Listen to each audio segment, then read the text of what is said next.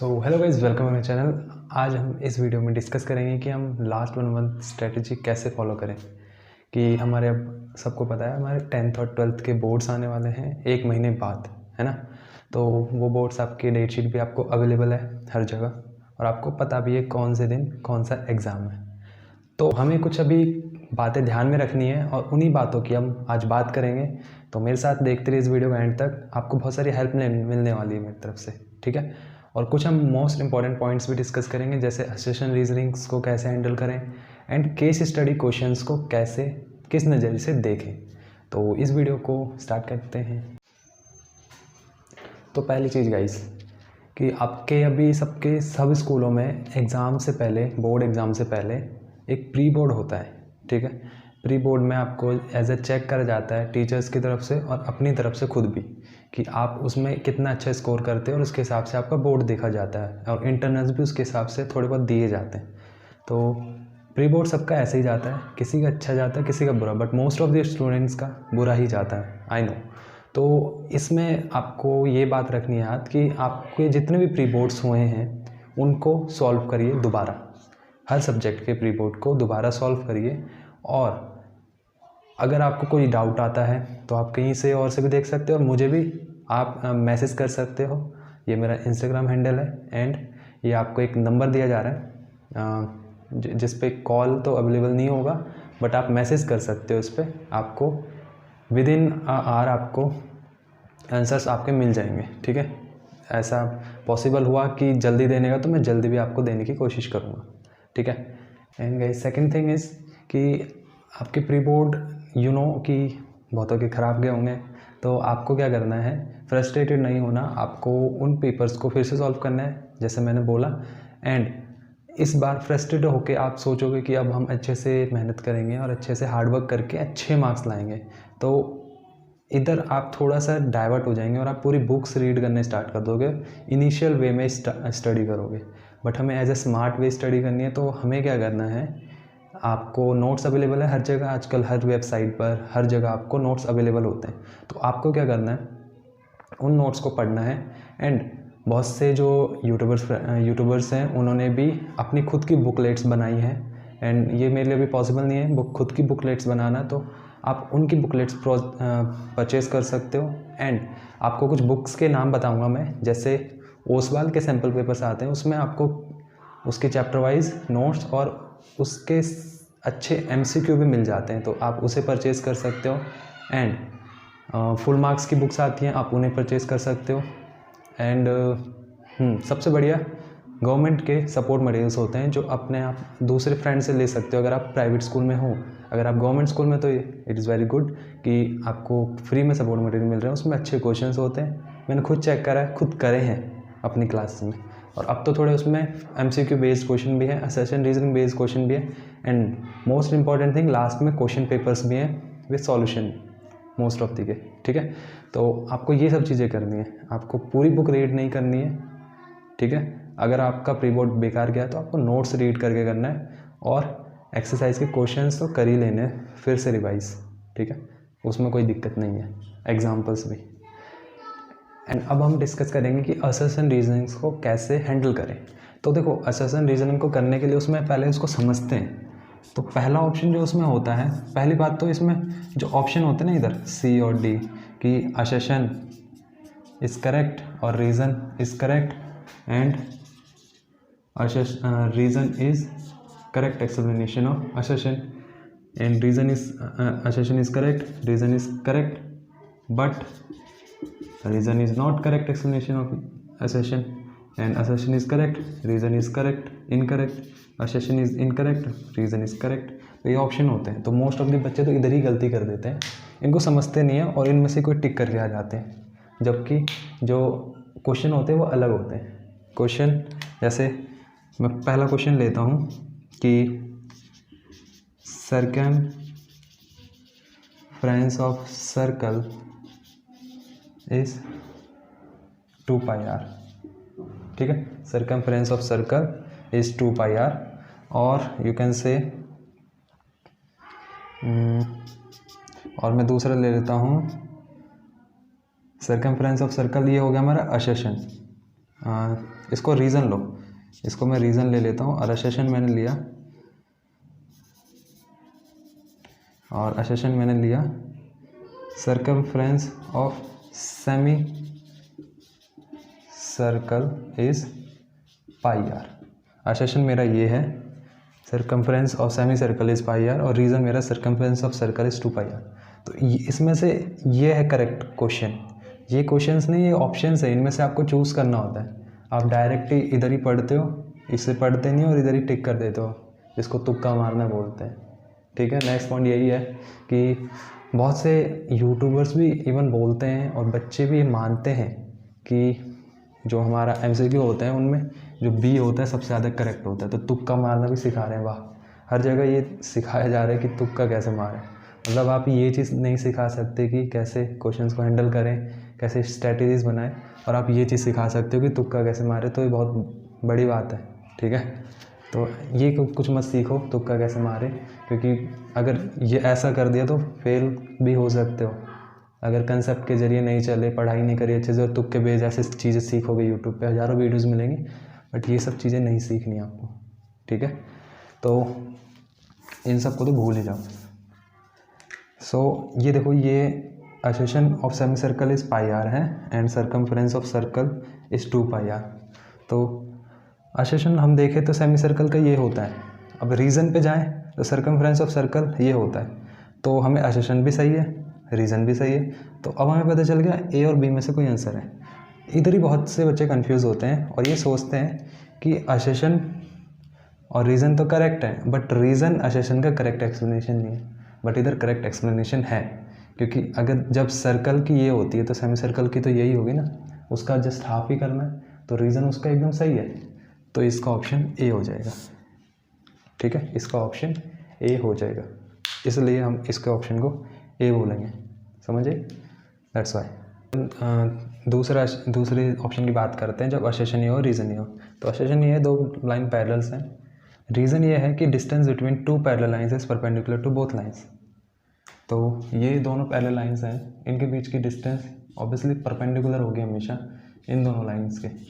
तो असेशन सही है हमारा, रीज़न भी सही है, चेकआउट कर सकते हैं असेशन, अगर याद नहीं है तो चेकआउट करो जल्दी। तो और असेशन रीज़न दोनों सही है। बट अब हम दोनों ऑप्शन पे आ जाते हैं। अब चेक करते हैं कि असेशन इसका करेक्ट एक्सप्लेनेशन है या नहीं। ये पैरेलल क्यों है, इसका रीज़न क्या होगा, ये पैरेलल क्यों है, जो हम कंडीशन पढ़ते हैं A1/A2 वाली। तो अगर वो रीज़न में लिखी होती तब ऑप्शन ए होता, इसका ऑप्शन बी है, क्योंकि reason is not correct, assertion correct explanation of assertion, this one correct explanation नहीं है रीज़न असेशन का। ठीक है, इसलिए अब हम नेक्स्ट उस पर बढ़ते हैं, थर्ड वाले पर। ये थर्ड और फोर्थ तो आप डायरेक्ट भी पहचान सकते हो कि जैसे मैं असेशन ले लेता हूँ, असेशन ले लिया मैंने,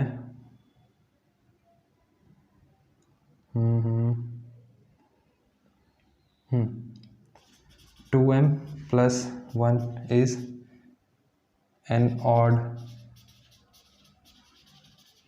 नंबर। ठीक है, 2n + एक ऑड नंबर ले लिया, और m इज़ रैशनल। तो असेशन सही है, ऑड नंबर है एक टाइप का, 2n- भी हो सकता है, 2m- भी हो सकता है। m इज़ रैशनल नंबर, क्या इधर m रैशनल नंबर हो सकता है, एक्सेप्ट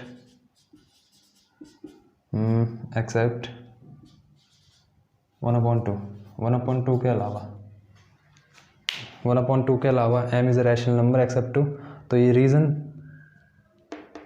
हो सकता है, इधर फिट हो सकता है रैशनल नंबर, नहीं हो सकता। और एक चीज़ और, इधर फिट हो या ना हो, बट आपको रीज़न देखना है कि वो रीज़न सही है या नहीं, रीज़न सही है या नहीं। आगे ये भी लिख सकते हो, in 2m + 1 to make it odd. तो रीज़न तो एकदम गलत है, एकदम गलत है रीज़न, क्योंकि अगर ये रैशनल हो गया तो वो ऑड तो हो ही नहीं पाएगा। अगर ये रैशनल हो गया तो ऑड तो हो ही नहीं पाएगा, एक्सेप्ट दिस, ये हमेशा क्या होगा, एक इंटीजर होगा, तब ये ऑड होगा, ठीक है। और मैं बोलूँ तो होल नंबर बोल सकते हो, पॉजिटिव इंटीजर बोल सकते हो, होल नंबर, ठीक है। तो असर्शन सही है, रीज़न गलत है, तो सी वाला ऑप्शन, ठीक है। वन मोर, लास्ट वाला और देख लेते हैं। और इन्हें पहचानना ज़्यादा मुश्किल नहीं है, सी और डी को पहचानना ज़्यादा मुश्किल नहीं है, इनमें दिक्कत होती है, तो वो मैंने आपको अच्छे से क्लियर कर दी। डी के लिए मैं बोल देता हूँ असर्शन कि R is greater than N greater than B in Euclid algorithm lemma, algorithm बोल दो फिर लेमा बोल दो, इधर एक तरह से सही बात मानी जाएगी, बट दोनों में डिफरेंस होता है। लेमा वो होता है जो कि किसी चीज़ को प्रूफ करने के लिए यूज़ करा जाता है, एल्गोरिथम वो होता है जो किसी चीज़ को सॉल्व करने के लिए यूज़ करा जाता है, ठीक है। तो ये है reason A equals to B Q plus R, तो A equals to B Q plus R, reason ये दे दिया, रुको, A equals to greater than 0, A equals to B Q plus R when a divides by b,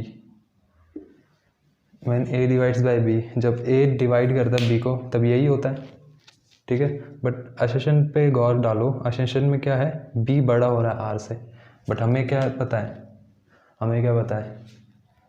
कि r तो 0 से बड़ा होता है और b से छोटा होता है ऑलवेज, ये होती है कंडीशन, है ना।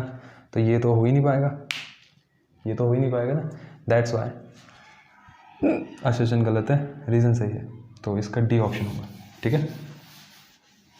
और भी ले सकते हैं, मैं रैंडम ले रहा हूँ ना अपनी तरफ से, तो थोड़े ऐसे ही बन रहे हैं। एग्जैक्ट आंसर, एग्जैक्ट क्वेश्चन अगर आपको समझ नहीं आया तो आप मेरे को मैसेज कर सकते हो, अगेन टेक्स्ट कर सकते हो मेरे इस इंस्टाग्राम हैंडल पर, एंड एक टेलीग्राम चैनल पे है, उस पर भी आप कर सकते हो, इधर मैं दे दूँगा आपको टेलीग्राम चैनल का लिंक भी, ठीक है। उधर भी आप मेरे को मैसेज कर सकते हो, आपको जो भी डाउट हो regarding this. And only 10th class, अभी 12th के लिए अभी एक और वीडियो आएगी, तो 12th के लिए एक अलग वीडियो मैं बनाऊंगा, तो उसमें 12th के लिए डिस्कस करूँगा पूरा, ठीक है। बट ऐसा नहीं है कि 12th वाले नहीं दे सकते, 12th वाले भी हेल्प ले सकते हैं अपने एग्जाम्पल्स खुद के रख के, ओके। नाउ केस स्टडी वाले बेस वाले क्वेश्चन की बात करूँ मैं, तो केस स्टडी वाले क्वेश्चन एकदम मिराज की तरह है। आपको लगेगा कि आपको पूरी पैराग्राफ दे रखा है और आपको उसमें से पिक करके क्वेश्चन के आंसर देने हैं, but this is totally opposite to that you are thinking, ठीक है। तो आपको ऐसा लगेगा कि पूरा तो उसमें लिखा हुआ है और क्वेश्चन के आंसर भी उसमें से मिलेंगे, और गलती करके आते हैं बच्चे। अभी मैंने बहुत से स्टूडेंट्स को देखा प्री बोर्ड के बाद, तो गलती करके आते हैं, तो इसलिए मैं आपसे बोल रहा हूँ वो पैराग्राफ पैसेज आपके लिए कोई मीनिंग नहीं रखता, बस आपको वो थोड़ा टॉपिक को रिकॉल करने के लिए और एक दो चीज़ें उससे याद करने के लिए दिया जाता है। बाकी जो भी ऑप्शंस होते हैं वो सारे आपको खुद करने होते हैं अपने माइंड से, ठीक है। और पैराग्राफ या फिर केस स्टडी क्वेश्चन में से ग्राफ का हेल्प ले सकते हो, उसकी तो हेल्प लेनी होती, तो उधर अपना माइंड यूज़ करना, पैराग्राफ में मत जाना, ठीक है। एंड लास्ट थिंग, मैंने एक बहुत बड़ी चीज़ ऑब्जर्व करी है कि जो बुक्स में, साइंस की बुक में या फिर मैथ्स की बुक में हो गया, जो ब्लू कलर का पोर्शन लिखा रहता है साइड में ऑप्शन में, ब्लू कलर का पोर्शन, उधर जैसे साइंस का मैं एग्जांपल लूँ तो हाँ लाइफ प्रोसेस वाला चैप्टर आपका, ठीक है, उसमें ब्लू पोर्शंस होते हैं, जैसे प्रेशर वाले क्वेश्चंस, और हम डायलिसिस पढ़ते हो तो अलग बॉक्स में दे रखा है, ब्लू होता है, आई थिंक ब्राउन कलर का भी होता है, डजेंट मैटर, बट आपको ये याद रखना है कि एक्टिविटीज़ और ये ब्लू कलर के क्वेश्चन मैथ्स में भी होते हैं, और अंडरलाइन हाईलाइटेड थिंग्स ये अच्छे से रीड करनी है, क्योंकि इससे बहुत सारे क्वेश्चंस आए हैं प्री बोर्ड्स में, अलग अलग टाइप से क्वेश्चन हैं, डायरेक्ट क्वेश्चंस भी आए हैं, तो बच्चों ने पढ़ा नहीं, क्योंकि मना कर दिया था इनिशियली कि ये इनसे कुछ नहीं आता, टीचर ऐसे ही बोलते थे, बट मैंने तो आपको पहले भी बताया था कि ये इंपॉर्टेंट होती हैं चीज़ें, ठीक है। अभी भी बता रहा हूँ, ये काफ़ी इंपॉर्टेंट होती हैं और इसमें से क्वेश्चन आते हैं, और मैथ्स में भी इस बार थ्योरी बेस्ड क्वेश्चन आए, थ्योरी बेस्ड क्वेश्चन भी काफ़ी सारे आए कि थिंकिंग प्रोसेस वाले, इवन थे वो कैलकुलेशन वाले बट थिंकिंग करने वाले, डायरेक्ट क्वेश्चन नहीं थे, एक्सरसाइज से उठा के दे दिए, एग्जाम्पल से दे दिए, ठीक है। तो सोचना ज़्यादा। इसके बाद अब मैं आपके लिए एक सीरीज़ स्टार्ट करने वाला हूँ। आई नो कि थोड़ा टाइम लगेगा मेरे को, तो मैंने एक का तो कर लिया, 10th क्लास के लिए भी कर रहा हूँ मैं, मैथ्स के लिए। एक का तो डन है, एक चैप्टर का, बट आगे आगे चैप्टर के डन करूँगा मैं। होप कि जल्दी जल्दी अपलोड करूँ वीडियोस। तो एक वीडियो आने वाली मस्त सी एक चैप्टर की, तो उसके लिए आप स्टे ट्यून्ड रहना और अच्छे से उसको देखना, उसमें क्वेश्चंस होंगे आपके।